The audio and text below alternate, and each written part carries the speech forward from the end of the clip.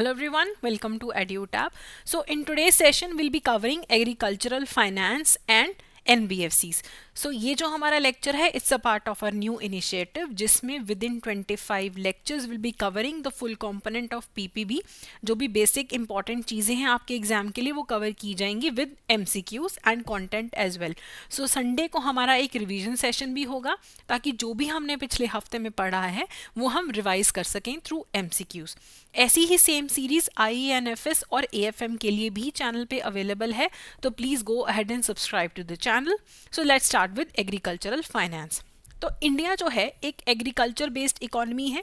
चाहे हमने manufacturing sector में और सर्विस सेक्टर में बहुत ज़्यादा इम्प्रूवमेंट किया है, लेकिन अभी भी हमारे देश के 50% लोग एग्रीकल्चर पे डिपेंडेंट हैं. तो एग्रीकल्चर को बढ़ावा देने के लिए सरकार ने बहुत सारी स्कीम्स चलाई हैं, बहुत सारे लोन फैसिलिटीज़ प्रोवाइड की हैं ताकि जो हमारे किसान हैं उन्हें गलत जगहों से लोन ना लेना पड़े जहाँ पे बहुत ज़्यादा रेट ऑफ इंटरेस्ट होता है. तो अब हम बात करेंगे ऐसे ही एग्रीकल्चरल लोन्स की. अगर एक लोन है जो कि रीपेबल विद इन 18 मंथ्स है, ऐसे लोन को शॉर्ट टर्म लोन बोला जाता है एग्रीकल्चरल लोन्स में. इसमें हमारे क्रॉप लोन्स भी आते हैं, किसान क्रेडिट कार्ड स्कीम भी आती है, ठीक है. और अगर आप गोल्ड के अगेंस्ट भी लोन लेते हो एग्रीकल्चर पर्पस के लिए, वो भी इसके अंडर ही कवर होता है. Medium term to long term loans किन्हें बोला जाता है, जो मोर देन 36 मंथ्स के अंदर रीपेबल होते हैं. तो आप लोन किस चीज़ के लिए ले सकते हो? आपको इरिगेशन के लिए चाहिए, आपको लैंड डेवलपमेंट के लिए चाहिए, आपको फार्म मैकेनाइजेशन के लिए चाहिए, आपको डेयरी फार्मिंग करनी है, वो सारे लोन्स इसमें ऐड होते हैं. एग्रीकल्चर के लिए इनडायरेक्ट फाइनेंसिंग भी की जाती है कि डायरेक्ट आप किसान को पैसा नहीं दे रहे हो लेकिन एग्रीकल्चर की डेवलपमेंट के लिए कर रहे हैं. जैसे अगर इलेक्ट्रिसिटी बोर्ड को बैंक लोन दे, क्यों बैंक लोन दे? पंप सेट लगाने के लिए, रूरल इलेक्ट्रिफिकेशन कॉरपोरेशन स्कीम के तहत उनके लिए लोन दिया जाए, वो भी तो किसको बढ़ावा देगा? एग्रीकल्चर को. तो ऐसे इनडायरेक्ट फाइनेंसिंग जो है वो भी एग्रीकल्चर फाइनेंस का पार्ट बनता है. तो क्रॉप लोन जो होता है बेसिकली वो एग्रीकल्चरिस्ट की नीड पूरी करने के लिए है कि उसे सीजनल क्रॉप लगानी है, उसे खाद खरीदनी है, बीज खरीदना है, इरिगेशन के चार्जेस पे करने हैं, उन सब के लिए वो लोन ले सकता है. अब लोन ले कौन सकता है? जिसकी अपनी ज़मीन है, खुद उस पर एग्रीकल्चर कर रहा है, वो भी लोन ले सकता है. जिसने किराए पे ज़मीन ली है खेती करने के लिए, टेनेंट फार्मर, वो भी क्रॉप लोन ले सकता है. जिसने ज़मीन आपसे किराए पे ली और वो बोलता है कि इसमें से आधा जो अनाज होगा मैं आपको दे दूंगा या इतना परसेंटेज आपको दे दूंगा, बाकी मैं रख लूंगा. तो ऐसे शेयर क्रॉपर्स, ये सब लोग एग्रीकल्चर के लिए लोन ले सकते हैं, ठीक है. अब जो भी हमारा लोन का अमाउंट है, इसमें स्केल ऑफ फाइनेंस की कैलकुलेशन बहुत ज़्यादा ज़रूरी है. जो स्केल ऑफ फाइनेंस होता है किसी भी लैंड के लिए, किसी भी क्रॉप के लिए, वो ये बताता है कि इस लैंड पे पर हेक्टेयर कितना लोन का अमाउंट हमें ज़रूरत है, कितना हमें पैसे की ज़रूरत है, ठीक है. अगर हमें इस 1 एकड़ पे पैडी उगानी है तो अगर उसका स्केल ऑफ फाइनेंस 50,000 है, इसका मतलब है इसमें 1 एकड़ पे पैडी उगाने के लिए 50,000 चाहिए. तो ये सारी चीज़ें लोन अमाउंट कैलकुलेशन करने में हेल्प करता है. फार्मर्स को भी कुछ कैटेगरीज में रखा जाता है, ठीक है. फार्मर, एक तो लार्ज कैटेगरी के फार्मर्स होते हैं जिनके पास 10 हेक्टेयर से ज़्यादा का लैंड है. मीडियम कैटेगरी के फार्मर्स होते हैं जिनके पास 4 से 10 हेक्टेयर का लैंड है. सेमी मीडियम कैटेगरी के होते हैं जिनके पास 2 से 4 हेक्टेयर का लैंड है. स्मॉल वाले होते हैं जिनके पास 1 से 2 हेक्टेयर का लैंड है. और मार्जिनल होते हैं जिनके पास 0 से 1 हेक्टेयर तक की लैंड होल्डिंग होती है. ये मार्जिनल फार्मर्स रहते हैं.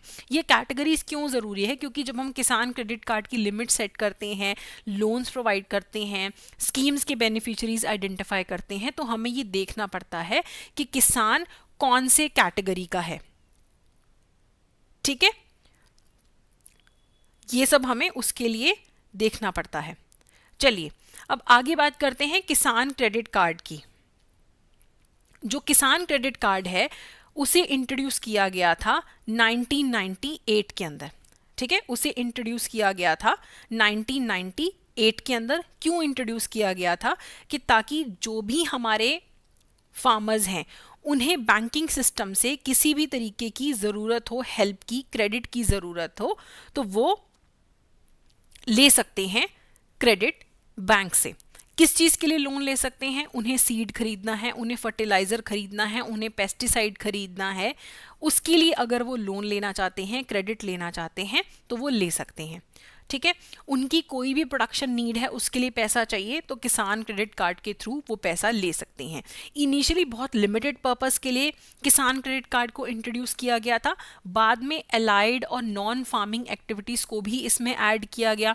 किसी को फिशरीज़ के लिए पैसा चाहिए, किसी को एनिमल हस्बेंड्री के लिए पैसा चाहिए, वर्किंग कैपिटल नीड्स के लिए पैसा चाहिए किसान को, वो सब किसान क्रेडिट कार्ड को यूज़ कर सकते हैं।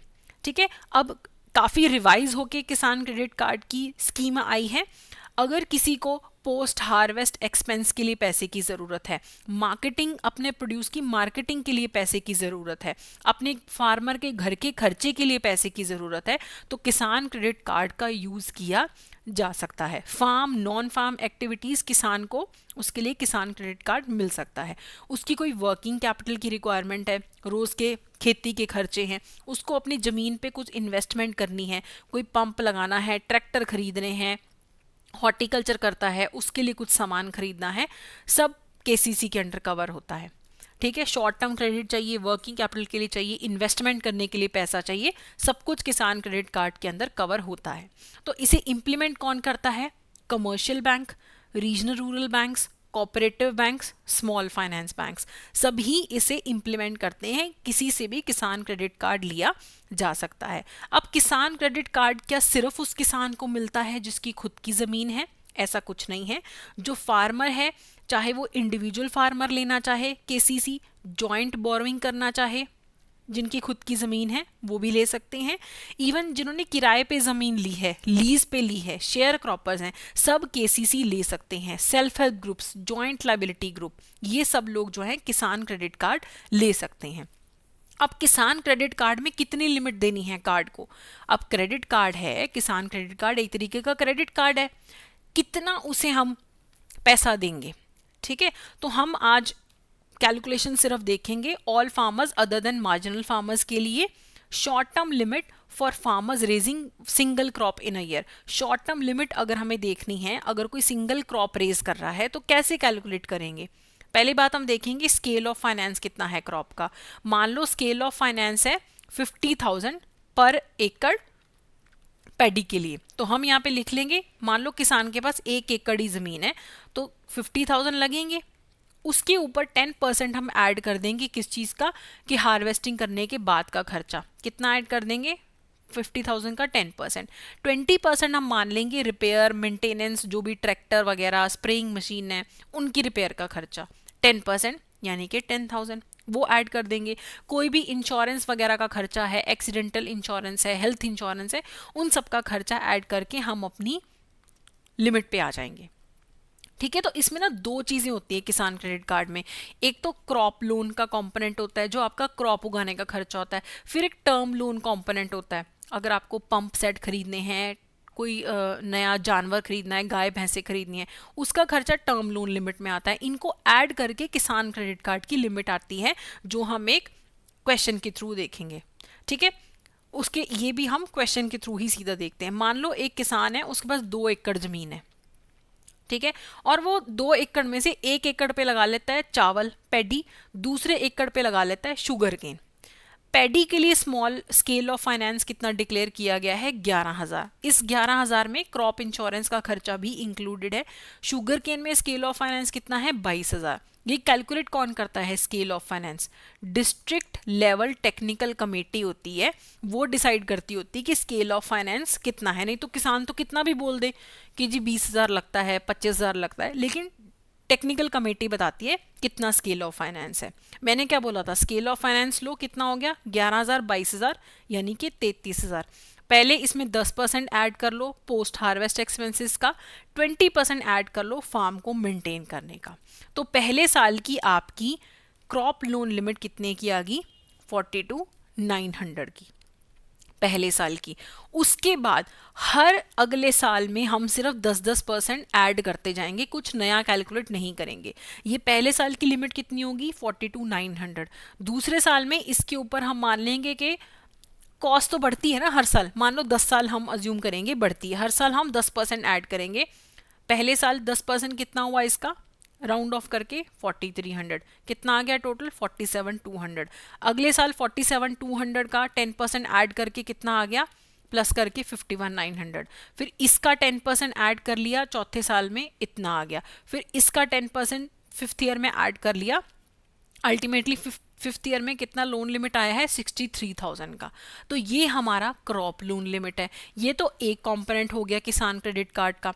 टर्म लोन कंपोनेंट कितना होगा, आपने डेयरी यूनिट लगाई है 2, पर यूनिट कितना था 20,000, 2 यूनिट का 40,000 खर्चा। आपने पंप सेट रिप्लेस किया, उसका 30,000 खर्चा। तो टर्म लोन लिमिट कितनी मिलेगी आपको, 70,000। तो 70,000 टर्म लोन लिमिट होगी, क्रॉप लोन की होगी 63,000, मिला के आपकी किसान क्रेडिट कार्ड की लिमिट कितनी होगी, 1,33,000। ठीक है, तो आपको सिर्फ पहले साल का कैलकुलेट करके क्रॉप लोन लिमिट में हर साल 10-10 साल ऐड करना है। नॉर्मली किसान क्रेडिट कार्ड कितने के लिए होता है, 5 ईयर्स के लिए। ठीक है, और टर्म लोन कंपोनेंट कैसे डिसाइड होगा, जो आपका एक्चुअली जो खर्चा हो रहा है उसका आप ऐड करके निकाल लोगे, ये आपकी किसान क्रेडिट कार्ड की लिमिट है। ठीक है, तो जितने भी किसान क्रेडिट कार्ड इशू होते हैं वो स्मार्ट कार्ड कम डेबिट कार्ड होने चाहिए। जो शॉर्ट टर्म एक लिमिट होगी और एक टर्म लिमिट होगी, ये मेन 2 कंपोनेंट्स होते हैं जिनको ऐड करके एग्रीगेट केसीसी की लिमिट लगाई जाती है, जिनके अलग अलग इंटरेस्ट होते हैं और इन पे अलग अलग रीपेमेंट पीरियड होता है। जो भी आपकी केसीसी की वैलिडिटी है वो बैंक डिटर्मिन करता है और पीरियोडिकली रिव्यू करता रहता है केसीसी लिमिट को। बैंक चाहे रिव्यू करने के बाद आपका केसीसी लिमिट कैंसिल कर दे, बढ़ा दे, कम कर दे, ये आपकी एज अ बोरोवर परफॉर्मेंस पे भी डिपेंड करता है। रेट ऑफ इंटरेस्ट कितना होगा, एज पर आरबीआई डायरेक्शंस। ठीक है, जो रीपेमेंट पीरियड होगा, अभी जो किसान क्रेडिट कार्ड में लोन ही तो ले रहा है एक तरीके का किसान, इसका रीपेमेंट पीरियड कैसे होगा, ये हार्वेस्ट के हिसाब से कि एंटिसिपेटेड हार्वेस्ट कितने टाइम में होगा, इसका मार्केटिंग पीरियड कितना होगा, मतलब फसल बेच बाज के पैसा जिस हिसाब से आता है, ये फसल टू फसल, रीजन टू रीजन डिपेंड करता है, तो उस हिसाब से इसे फिक्स किया जाता है। नॉर्मली टर्म लोन वाला कंपोनेंट के लिए 5 ईयर का पीरियड नॉर्मली माना जाता है। इससे ज़्यादा भी बैंक चाहे तो प्रोवाइड कर सकता है कि इससे ज़्यादा में तुम पैसा वापस कर दो। मार्जिन कितना होगा ये बैंक्स डिसाइड करते हैं। 1.6 लाख तक के लोन के लिए कोई भी मार्जिन नहीं होता है। ठीक है, अब सिक्योरिटी रिक्वायरमेंट्स कैसी हैं, 1.6 लाख तक के लोन के लिए बैंक्स जो हैं मार्जिन या सिक्योरिटी रिक्वायरमेंट्स को वेव ऑफ कर सकते हैं। ठीक है, जहां पे टाई अप के लिए रिकवरी है वहां पे बैंक कंसिडर कर सकते हैं कि 3 लाख तक के लोन पे वो कोई भी कोलेटरल ना मांगे। ठीक है, हाइपोथिकेशन कर लिया जाता है क्रॉप पे। ठीक है, वैसे कोलेटरल नहीं डिमांड करते हैं। ठीक है, इससे ऊपर का है अगर लोन, अगर तो सिंपल लोन है 1.6 लाख तक के ऊपर कोलेटरल मांगा जा सकता है बैंक के द्वारा। और अगर विद टाई अप रिकवरी है, टाई अप फॉर रिकवरी अगर बैंक ने कर रखा है तो 3 लाख तक के लिए चाहे तो कोलेटरल नहीं मांगते, उससे ऊपर के लिए मांग सकते हैं। कई कई जगहों पे क्या है, ऑनलाइन ना लैंड रिकॉर्ड्स स्टेट्स ने बना लिए हैं कि किसकी कितनी ज़मीन है, तो ऑनलाइन भी क्रिएशन ऑफ चार्ज हो जाता है, लैंड पे ऑनलाइन भी चार्ज क्रिएट हो जाता है। ठीक है, जाके कुछ करने की ज़रूरत नहीं होती है। अब जो केसीसी होल्डर है, अगर वो कोई एसेट इंश्योरेंस लेता है, एक्सीडेंट इंश्योरेंस लेता है, हेल्थ इंश्योरेंस लेता है, तो उसका प्रीमियम भी वो किसान क्रेडिट कार्ड के थ्रू पे कर सकता है। ठीक है, अब एक क्वेश्चन देख लेते हैं। Kisan credit cards are issued to farmers mainly, किस चीज़ के लिए मेनली किसान क्रेडिट कार्ड देते हो, क्या एटीएम से पैसे विड्रॉ करने के लिए, फार्म इक्विपमेंट खरीदने के लिए, या एग्रीकल्चर इम्प्लीमेंट खरीदने के लिए, या फिर अपनी कल्टीवेशन नीड्स को, नॉन फार्म रिक्वायरमेंट्स को पूरा करने के लिए लिया जाता है, जिसमें आपकी short term requirement, working capital requirement पूरी की जाती है। तो उन्होंने पूछा है मेनली किसान क्रेडिट कार्ड किसके लिए इशू किया जाता है, डी ऑप्शन। आपकी कल्टीवेशन नीड्स को पूरा करने के लिए, नॉन फार्म रिक्वायरमेंट्स को पूरा करने के लिए, आपको इनपुट्स खरीदने हैं, उन सब के लिए आपको किसान क्रेडिट कार्ड इशू किया जाता है। ठीक है, स्केल ऑफ फाइनेंस कौन डिसाइड करता है, क्रॉप लोन्स में स्केल ऑफ फाइनेंस कौन डिसाइड करता है कि पैडी है तो पर हेक्टेयर इतना होगा, जिसके बेसिस पे हम केसीसी की लिमिट डिसाइड करते हैं। तो ये डिसाइड करता है डिस्ट्रिक्ट लेवल टेक्निकल कमेटी। ठीक है। अब क्रॉप लोन ले कौन सकता है? एग्रीकल्चरिस्ट ले सकते हैं, टेनेंट फार्मर ले सकता है, शेयर क्रॉपर ले सकता है। तो ये तीनों ही ले सकते हैं। तो यहाँ पे ऑल ऑफ दी अबव है। ये नहीं कि जिसकी ज़मीन है, वो जिसने किराए पे ज़मीन लेके फार्मिंग करनी है वो भी लोन ले सकता है। फिर एक स्कीम है फार्मर्स के लिए, एमएसपी, आप सबने सुना होगा। अब देखो कई बार क्या होता है, कई बार तो बहुत ही रेट बढ़ जाते हैं एग्रीकल्चर के सामान के, कई बार बहुत ही गिर जाते हैं। ऐसा हो कि आप किसान हो, आपने 50,000 खर्चा किया खेती में, आपको मिल कितना आ रहा है? 45,000। प्रॉफिट तो क्या होना है, आप तो नुकसान में चल रहे हो। तो गवर्नमेंट नहीं चाहती कि इतना नुकसान किसानों को झेलना पड़े, तो गवर्नमेंट एक इंश्योरेंस प्रोवाइड करती है कि हम आपका जो भी एक्वायर करेंगे, जो भी आपने उगाया है, पैडी है, राइस है, ऑयल सीड्स है, हम मिनिमम इतने पे तो एक्वायर करेंगे ही करेंगे। मिनिमम सपोर्ट प्राइस हम इतना डिक्लेयर करते हैं। लगभग इस टाइम पे 25 एक क्रॉप्स हैं जिनके लिए मिनिमम सपोर्ट प्राइस डिक्लेयर किया जाता है कि गवर्नमेंट इतने पे एक्वायर करेगी आपसे। ठीक है, तो जैसे ही सोइंग सीजन शुरू होता है तब गवर्नमेंट अनाउंस कर देती है। ये रेकमेंड कौन करता है ये प्राइजेस सरकार को? Commission for agricultural cost prices, CACP recommend करता है कि इतना एमएसपी होना चाहिए, फिर गवर्नमेंट उसे डिक्लेयर कर सकती है। तो एमएसपी के लिए नोडल एजेंसी कौन सी है? Food corporation of India, FCI। जहां पे ऑयल सीड्स और पल्सेस हैं उनके लिए नोडल प्रोक्योरमेंट एजेंसीज कौन सी है? NAFED, national agricultural cooperative marketing federation of India. Cotton के लिए कौन सी है? Cotton corporation of India. तो ऐसे ये मेन नोडल एजेंसीज हैं। इसके अलावा गवर्नमेंट ने एक स्कीम चलाई है, प्रधानमंत्री अन्नदाता आय सुरक्षा योजना, जिसे पॉपुलरली PM आशा बोला जाता है। ये स्कीम भी यही चाहती है कि जो किसान हैं उन्हें फेयर प्राइस मिले, जो भी वो उगा रहे हैं उसके लिए फेयर प्राइस मिले। तो इसके लिए जो प्राइस सपोर्ट स्कीम है उसके लिए PSS will be set up by the food corporation of India along with NAFED. जो प्राइस सपोर्ट स्कीम है उसे सेटअप किया जाएगा FCI और नाफेड के द्वारा। तो ये तीन चीजें क्या हैं? ये तीन आगे सब स्कीम्स हैं PM आशा के अंडर। PM आशा के कंपोनेंट्स क्या हैं? प्राइस सपोर्ट स्कीम, जिसको सेटअप कौन करेगा? FCI और नाफेड। ये क्या करेंगी? फिजिकल प्रोक्योरमेंट करेंगे इस स्कीम के अंडर। सेंट्रल गवर्नमेंट जो है, सेंट्रल नोडल एजेंसीज के द्वारा प्रोक्योरमेंट करवाएगी पल्सेस, ऑयल सीड्स, कोपरा की। और जो भी प्रोक्योरमेंट का खर्चा होगा या लॉसेज होंगे वो सेंट्रल गवर्नमेंट ही उठाती है प्राइस सपोर्ट स्कीम के अंडर, एक्वायर करते हैं। ठीक है। प्राइस डेफिशिएंसी पेमेंट स्कीम में क्या है? मान लो एक किसान है, उसने वीट उगाई, वीट का MSP है 1,000 रुपये प्रति क्विंटल, एग्जाम्पल है, और मार्केट में क्या रेट चल रहा है? सेलिंग प्राइस क्या मिला उसको? 800 रुपये। तो ये MSP और सेलिंग प्राइस का जो 200 रुपये का गैप है ना, ये कौन भुगतान करेगा किसान को? ये भुगतान करेगी सरकार। और खर्चा किसका होगा? खर्चा कौन करेगा? It will be divided. ठीक है, ये डिवाइड किया जाता है, सरकार ही इसे पे करती है। ठीक है। To cover all oil seeds for which MSP is notified. मैंने आपको वीट की एग्जांपल दे दी, लेकिन ये किसके लिए है? To cover all oil seeds for which MSP is notified. Farmers are to get direct payment to the difference between MSP and selling price. तो जो भी डिफरेंस होता है MSP के अंदर और आपका सेलिंग प्राइस के अंदर, वो कौन कवर करता है? वो आपकी सरकार कवर करती है। ठीक है। इसके अलावा भी हमारे पास एक और इसके अंदर सब स्कीम है, pilot for private procurement and stockist scheme. ठीक है। इसके अंदर क्या होगा कि प्राइवेट पार्टिसिपेंट्स को लाया जाएगा, ऑपरेशन टू बी पायलटेड, कि पायलट बेसिस पे आप प्राइवेट सेक्टर को लेके आओ एक्वायरिंग करने के लिए। For oil seeds states have the option to roll out PPPS on pilot basis. States के पास ऑप्शन है कि पायलट बेसिस पे प्राइवेट सेक्टर के थ्रू ऑयल सीड्स का प्रोक्योरमेंट करवाया जाए। ठीक है। तो इसमें क्या है? प्राइस सपोर्ट स्कीम में फिजिकल प्रोक्योरमेंट होगा, पल्सेस, ऑयल सीड्स और कोपरा का।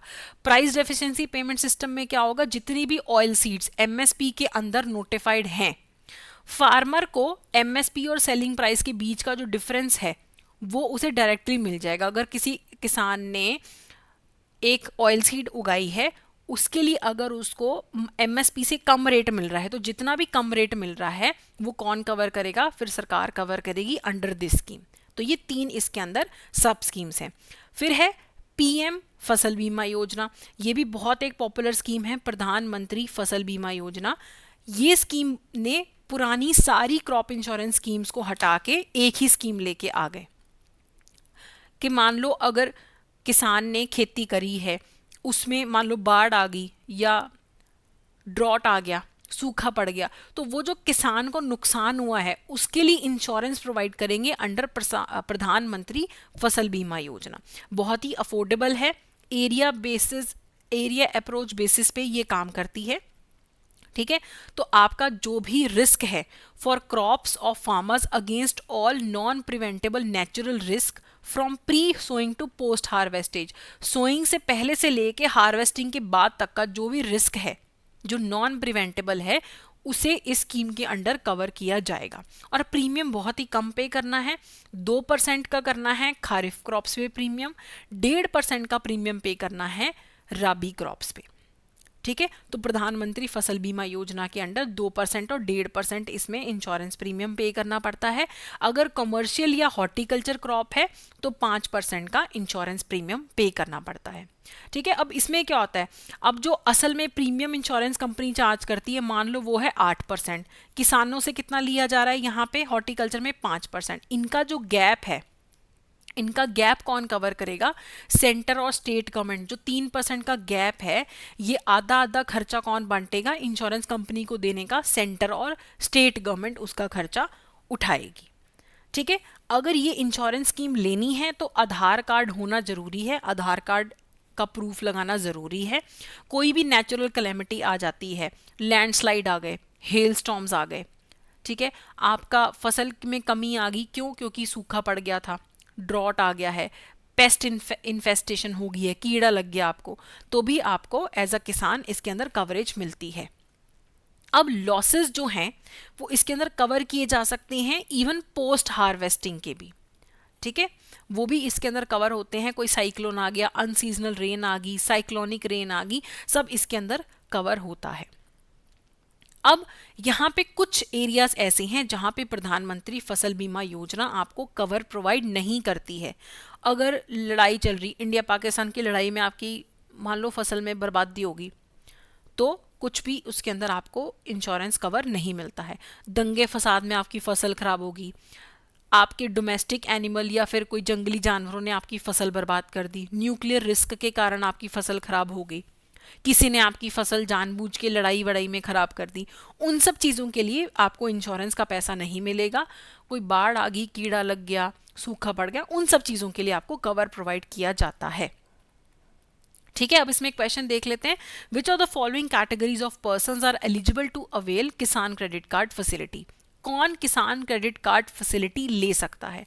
इंडिविजुअल या जॉइंट बोरोवर ले सकते हैं, जिनकी खुद की ज़मीन है ले सकते हैं, tenant farmer, oral lessees, share croppers, joint liability group, सारे के सारे किसान क्रेडिट कार्ड फैसिलिटी ले सकते हैं। खुद की ज़मीन है, किराए पे ली है, जॉइंट लायबिलिटी ग्रुप है आपका, सारे ही किसान क्रेडिट कार्ड फैसिलिटी ले सकते हैं। So D is the correct answer. चलिए अब एक क्वेश्चन देख लेते हैं। हमें ना सिर्फ पहले साल की कॉम्पोजिट केसीसी लिमिट निकालनी है, 4-5 साल की नहीं निकालनी, सिर्फ पहले साल की निकालनी है। तो इसमें 2 होंगे कंपोनेंट, एक होगा क्रॉप लोन कंपोनेंट, एक होगा टर्म लोन कंपोनेंट। तो कहते हैं 1 एकड़ जमीन है, उस 1 एकड़ का स्केल ऑफ फाइनेंस कितना है? इसमें क्रॉप इंश्योरेंस इंक्लूडेड है 11,000, तो 11,000 आपका स्केल ऑफ फाइनेंस है। इसमें 10% ऐड कर लो पोस्ट हार्वेस्ट एक्सपेंसेस का, 20% ऐड कर लो, ठीक है, मेंटेनेंस वगैरह का, तो टोटल कितना आ गया आपके पास यहाँ पे? 14,300। ये आपका हो गया क्रॉप लोन कंपोनेंट। फिर टर्म लोन कंपोनेंट कितना हुआ? क्या खरीदा है आपने? आपने एक जानवर खरीदा है, मिल्च एनिमल, एक ही खरीदा है 15,000 का, सिर्फ यही आपका टर्म लोन कंपोनेंट है। तो टोटल कितना हो गया? इनको मिला के 29,300। पहले साल का निकालना है, दूसरे तीसरे साल का निकालना ही नहीं है। इन्होंने सिर्फ फर्स्ट ईयर कॉम्पोजिट लिमिट बोला है, नहीं तो अगर सेकेंड ईयर का पूछा होता तो हम क्या करते? 14,300 प्लस 10%, फिर आपकी सेकेंड ईयर की कितनी आती, यहाँ पे 15730 प्लस 15,000, लेकिन यहाँ पे सिर्फ फर्स्ट ईयर पूछा है तो आप सिर्फ फर्स्ट ईयर का इसमें निकाल रहे हैं। Which of the following is not a component of PM AASHA, इसका आंसर आप मुझे कमेंट सेक्शन में देंगे। पीएम आशा का इसमें से क्या कॉम्पोनेंट नहीं है? तीन चीजें इसमें से पीएम आशा में आती हैं, एक नहीं आती है, वो कौन सी चीज है जो पीएम आशा का पार्ट नहीं है? ठीक है, तो इसे आप अपना होमवर्क क्वेश्चन नंबर 1 समझिए। चलिए अगला है, कौन सी स्टेटमेंट प्रधानमंत्री फसल बीमा योजना के लिए इनकरेक्ट है?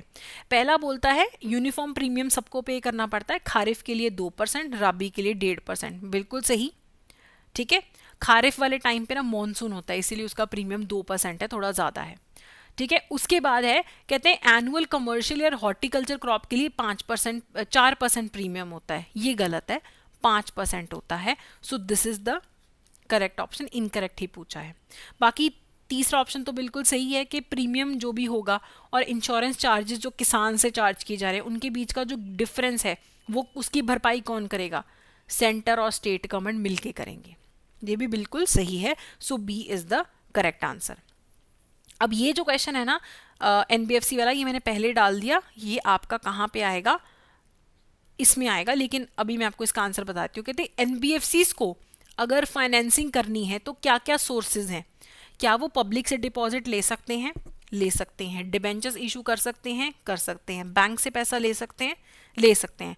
कमर्शियल पेपर्स के थ्रू पैसा रेज कर सकते हैं? कर सकते हैं। तो एनबीएफसीज हर तरीके से पैसा रेज कर सकते हैं। So D is the correct answer. चलिए अब एक और टॉपिक शुरू करते हैं एनबीएफसीज का। Finance to micro finance institution को lending arrangement with NBFCs. NBFCs ऐसी कंपनी होती हैं, या तो वो कंपनीज एक्ट 1956 के अंडर रजिस्टर्ड हैं, या फिर अब हमारा वही कंपनीज एक्ट 2013 बन गया है उसके अंडर रजिस्टर्ड हैं। और वो काम क्या करती हैं? पैसे का लेन देन करना, लोन्स एंड एडवांसेस देना, ठीक है, shares, stocks, debentures, securities acquire करना, चाहे गवर्नमेंट ने इशू की हूँ चाहे लोकल अथॉरिटी ने इशू की हूँ। लीजिंग का काम करते हैं, लीज पे सामान देना, हायर परचेज का काम करना, इंश्योरेंस का काम करना, चिट बिजनेस का काम करना, ये सारे काम एनबीएफसीज कर सकती हैं। वो क्या नहीं कर सकती हैं? उनका मेन बिजनेस क्या नहीं हो सकता है?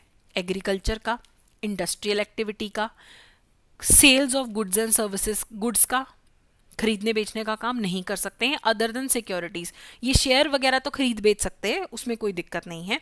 ठीक है, ये sale, purchase, construction of immovable property का काम भी नहीं कर सकते हैं, ये इनका मेन बिजनेस नहीं होना चाहिए। ऐसी कंपनीज एनबीएफसीज होते हैं। ठीक है, ये डिपॉजिट रिसीव करने का काम भी करते हैं, लमसम में चाहे किश्तों में, वो वाले काम भी ये करते हैं एनबीएफसीज। ये agriculture, industrial activity, purchase and sale of goods नहीं कर सकते हैं, इमूवेबल प्रॉपर्टी का सेल, परचेज, कंस्ट्रक्शन भी नहीं कर सकते हैं। तो एनबीएफसीज ना बहुत सारे काम करते हैं। लोन्स एंड एडवांसेस का काम करना, लोगों को क्रेडिट पे पैसा देना, स्टॉक्स का काम करना, शेयर्स खरीदना बेचना, इंश्योरेंस का काम करना, चिट फंड बिजनेस करना, ठीक है, ये सारे काम ये करते हैं। मनी ट्रांसफर सर्विस प्रोवाइड करना, ये सारे काम एनबीएफसीज करते हैं। एनबीएफसीज को ना बैंक्स के कंपैरेटिवली कुछ चीज़ों में एज है। एक तो रीजनल लेवल पे ये बहुत स्ट्रांग है, जहाँ पे बैंक्स भी स्ट्रांग नहीं है ना, छोटे से छोटे गांव में, वहाँ पे एनबीएफसीज हैं।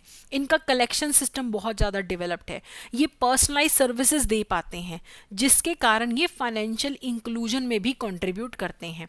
इनका ट्रांजैक्शन कॉस्ट बैंक से कम होता है, इनका डिसीजन मेकिंग बैंक से ज़्यादा फास्ट है। क्यों? क्योंकि बैंक्स को बहुत सारे रूल्स एंड रेगुलेशंस फॉलो करने पड़ते हैं। एनबीएफसी ज़्यादा कस्टमर ओरिएंटेड हो सकते हैं, जल्दी जल्दी सर्विसेज प्रोवाइड कर सकते हैं। अब देखो, आपको लगेगा कि एनबीएफसीज भी लेंडिंग और डिपॉजिट का काम करते हैं, तो वो बैंक से डिफरेंट कैसे हैं? देखो, पहली बात कि डिमांड डिपॉजिट नहीं एक्सेप्ट कर सकते। एनबीएफसीज डिमांड डिपॉजिट एक्सेप्ट नहीं कर सकते हैं। NBFCs payment and settlement system का पार्ट नहीं है। They can not issue cheques drawn on itself. Banks can issue cheque drawn on themselves, NBFCs ये नहीं कर सकते हैं।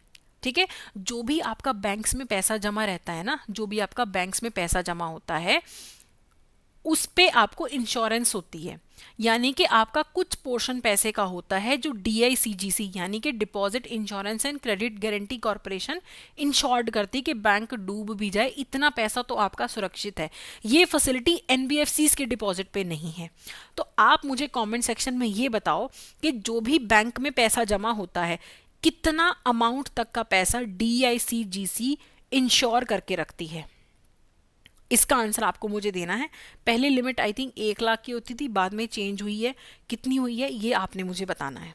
ठीक है, बैंक बोरोइंग्स क्या सोर्स हो सकती हैं NBFCs के लिए? तो हमने पहले ही क्वेश्चन कर लिया कि अगर NBFCs को पैसा उठाना है तो वो पब्लिक से डिपॉजिट भी ले सकते हैं, डिबेंचर्स इशू कर सकते हैं, बैंक से बोरोइंग ले सकते हैं, कमर्शियल पेपर इशू कर सकते हैं। इस तरीके से NBFCs पैसा उठा सकते हैं।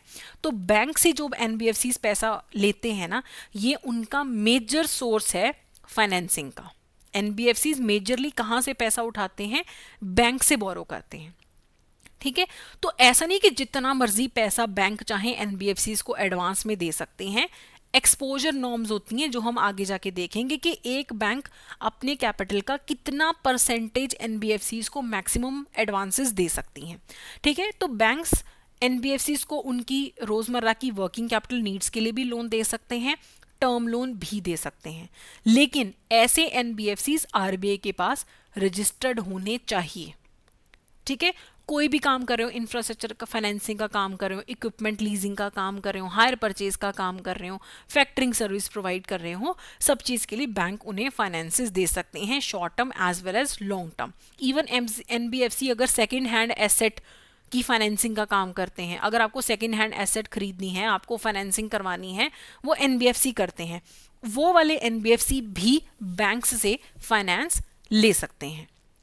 ठीक है, तो कुछ ऐसे NBFCs हैं जिन्हें RBI के पास रजिस्ट्रेशन कराने की ज़रूरत नहीं है।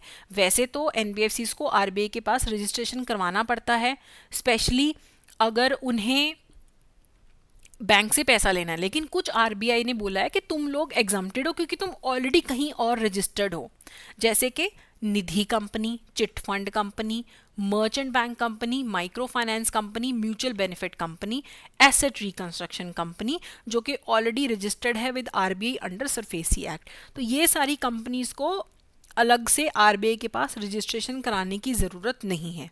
पहले तो हाउसिंग फाइनेंस कंपनी को NHB national housing bank regulate करते थे, अब HFC भी RBI ही रेगुलेट करता है। ठीक है, तो वो ऑलरेडी RBI रेगुलेट कर रहा है। इन सबको RBI के पास रजिस्ट्रेशन कराने की एग्जम्पशन है क्योंकि ऑलरेडी अलग अलग एक्ट्स के अंदर काम करते हैं। ठीक है, अब कुछ ऐसे एक्टिविटीज़ हैं, NBFCs कुछ ऐसी एक्टिविटीज़ करती हैं जिनके लिए वो बैंक से क्रेडिट नहीं मांग सकती। कुछ ऐसे काम हैं जैसे कि बिल डिस्काउंटिंग, अगर रीडिस्काउंटिंग का काम अगर NBFC करते हैं, मैंने आपको बताया ना बिल फाइनेंसिंग होती है, आप बिल ऑफ एक्सचेंज बैंक को दे दो या NBFC को दे दो, वो डिस्काउंट करके आपको पैसा दे देंगे, तो वो वाला काम के लिए NBFC बैंक से क्रेडिट नहीं मांग सकता है। ठीक है, अगर एक NBFC ने किसी कंपनी में शॉर्ट टर्म या लॉन्ग टर्म के लिए इन्वेस्ट करना है, चाहे शेयर्स के थ्रू या डिबेंचर्स के थ्रू, तो वो इन्वेस्टमेंट करने के लिए बैंक से पैसा नहीं ले सकते हैं। हाँ, स्टॉक ब्रोकिंग कंपनी है, अगर उनका काम ही स्टॉक का है, शेयर खरीदने बेचने का है, वो ले सकते हैं। अदरवाइज वैसे NBFCs किसी कंपनी में इन्वेस्ट करने के लिए बैंक से पैसा नहीं ले सकते हैं। ठीक है, अगर बैंक NBFC ने किसी को अनसिक्योर्ड लोन देना है, कंपनी को अनसिक्योर्ड लोन देना है, इंटर कॉर्पोरेट डिपॉजिट देना है, उसके लिए भी वो बैंक से लोन नहीं ले, बैंक से पैसा नहीं उठा सकते। ऐसे NBFC बैंक से पैसा नहीं ले सकते हैं। अगर NBFC अपने ही किसी सब्सिडरी को लोन दे रही है, उसके लिए फिर वो पैसा बैंक से पीछे से नहीं ले सकते हैं। ठीक है, finance to NBFCs for further lending to individuals for subscribing to IPOs। अगर किसी पर्सन, कोई NBFCs इंडिविजुअल को लोन देती है कि चलो तुम मेरे से लोन लेके शेयर्स के IPO में इन्वेस्ट कर दो या शेयर्स खरीद लो मार्केट से, उसके लिए भी फाइनेंस NBFCs को नहीं प्रोवाइड किया जाता है। ठीक है, अब बैंक्स जो हैं ऐसे NBFCs के साथ इक्विपमेंट लीजिंग नहीं कर सकती हैं जिनको बैंक्स ने फाइनेंशियल असिस्टेंस प्रोवाइड किए। मान लो ये बैंक ए है, इसने एक एनबीएफसी, ये बी एनबीएफसी है, इसको लोन दे रखा है, तो ऐसी कंपनी के साथ, ऐसे एनबीएफसीज के साथ बैंक लीज अग्रीमेंट में नहीं आ सकती है, क्योंकि फिर डबल कॉन्फ्लिक्ट ऑफ इंटरेस्ट हो जाता है। ठीक है, एनबीएफसीज को लोन देते समय bank as a collateral security shares and debentures नहीं एक्सेप्ट करेगी। एनबीएफसी ये नहीं बोल सकता कि ये लो शेयर डिबेंचर, इनको गिरवी रख के मेरे को लोन दे दो, वो नहीं अलाउड है।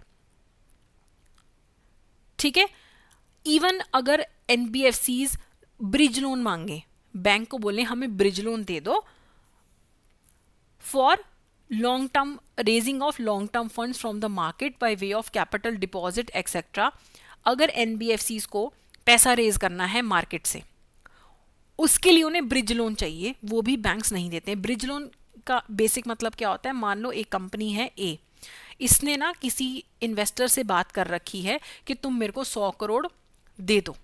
इन्वेस्टर कहता मैं दे दूंगा, लेकिन मैं तुम्हें 2 महीने बाद दे दूंगा, अभी मैं पैसे अरेंज कर रहा हूं। तो ये अभी कुछ 2 महीने के लिए ए कंपनी को पैसा चाहिए 10 करोड़। वो बैंक के पास जाता है, बोलता है देखो मेरे को 2 महीने में 100 करोड़ आने वाला है, लेकिन अभी मेरे को 2 महीने चलाने के लिए 10 करोड़ चाहिए।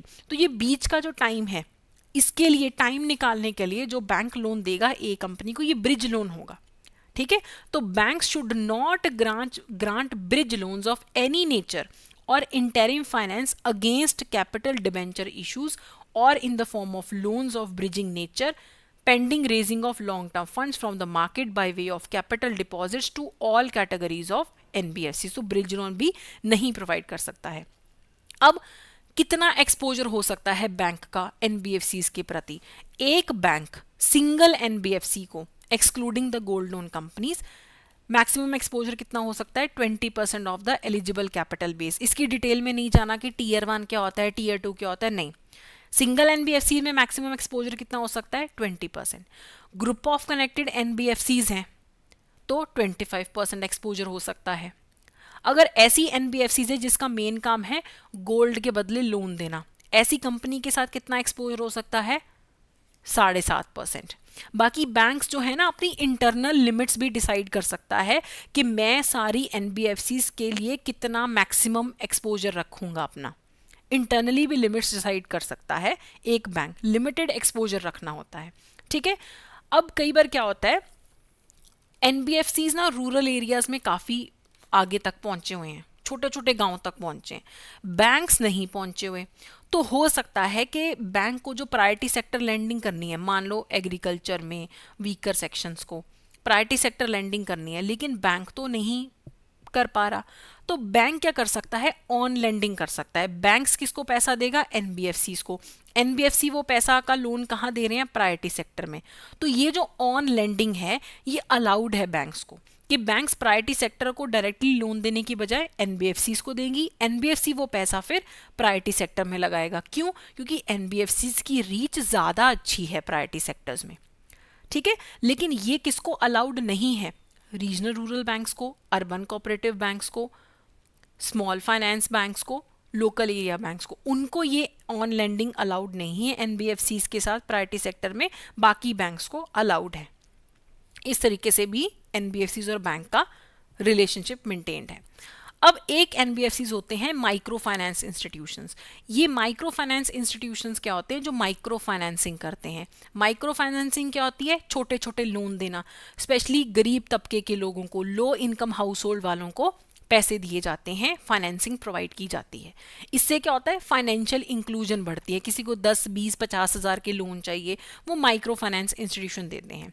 तो ऐसे जो एनबीएफसीज हैं, एनबीएफसीज माइक्रो फाइनेंस इंस्टीट्यूशंस किन्हें बोला जाता है? जिनका minimum net owned funds 5 crore का हो। नॉर्थ ईस्ट रीजन में ये लिमिट 2 करोड़ की है वैसे जिनका minimum net owned funds 5 crore का हो और जिनकी 85% नेट एसेट्स क्वालिफाइंग एसेट्स हों।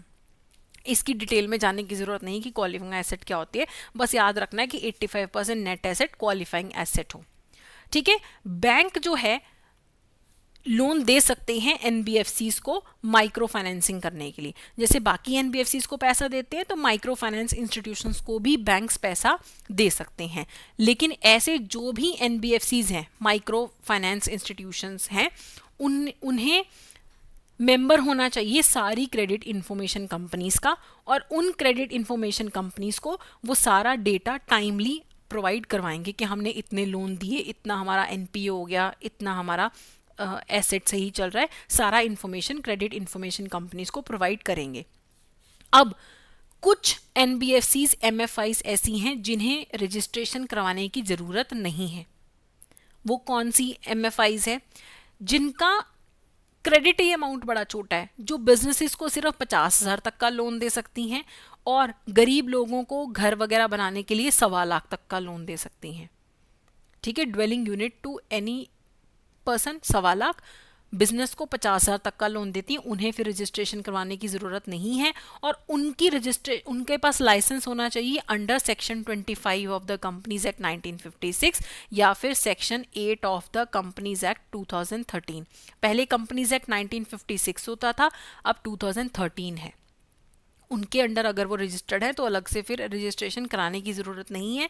और ऐसे माइक्रो फाइनेंस इंस्टीट्यूशंस को पब्लिक डिपॉजिट एक्सेप्ट करना अलाउड नहीं होगा, वो पब्लिक से डिपॉजिट एक्सेप्ट नहीं कर सकते हैं।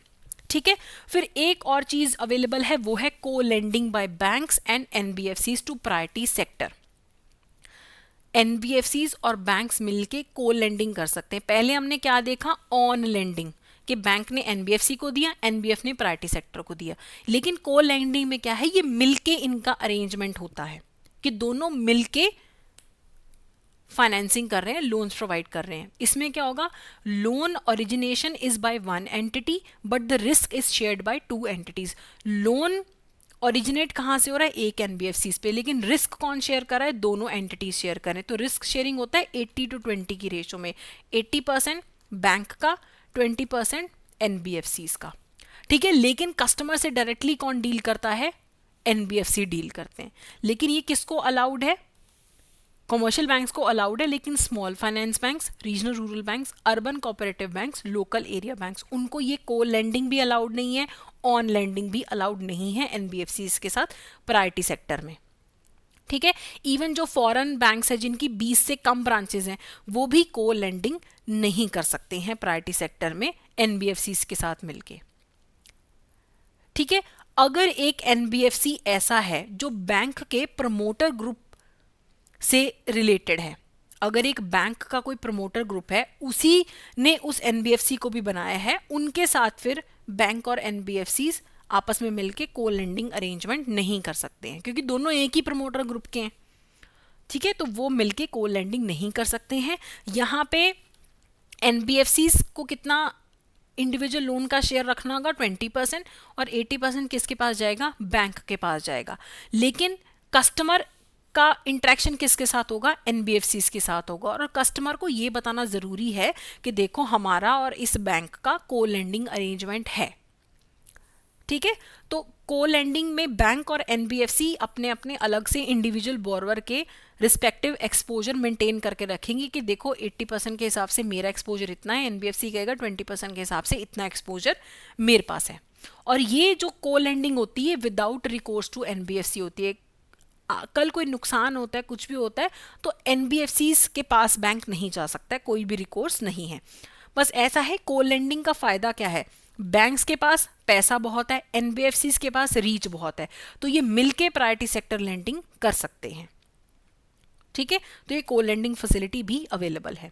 And NBFC can not be engaged in which of the following activity, किसमें एंगेज नहीं हो सकते हैं एनबीएफसी, लोन्स एंड एडवांसेस तो दे सकते हैं, शेयर्स एक्वायर कर सकते हैं, एग्रीकल्चर एक्टिविटी नहीं कर सकते, cell purchase construction of immovable property नहीं कर सकते।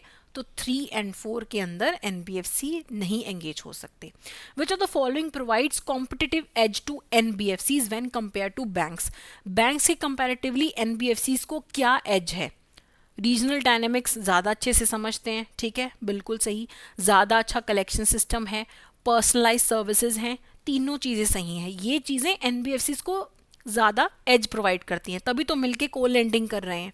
सो D is the correct answer. तो ये था हमारा आज का सेशन। अगर आपको ये सेशन यूजफुल लगा तो please go ahead and subscribe to the channel. Thank you so much.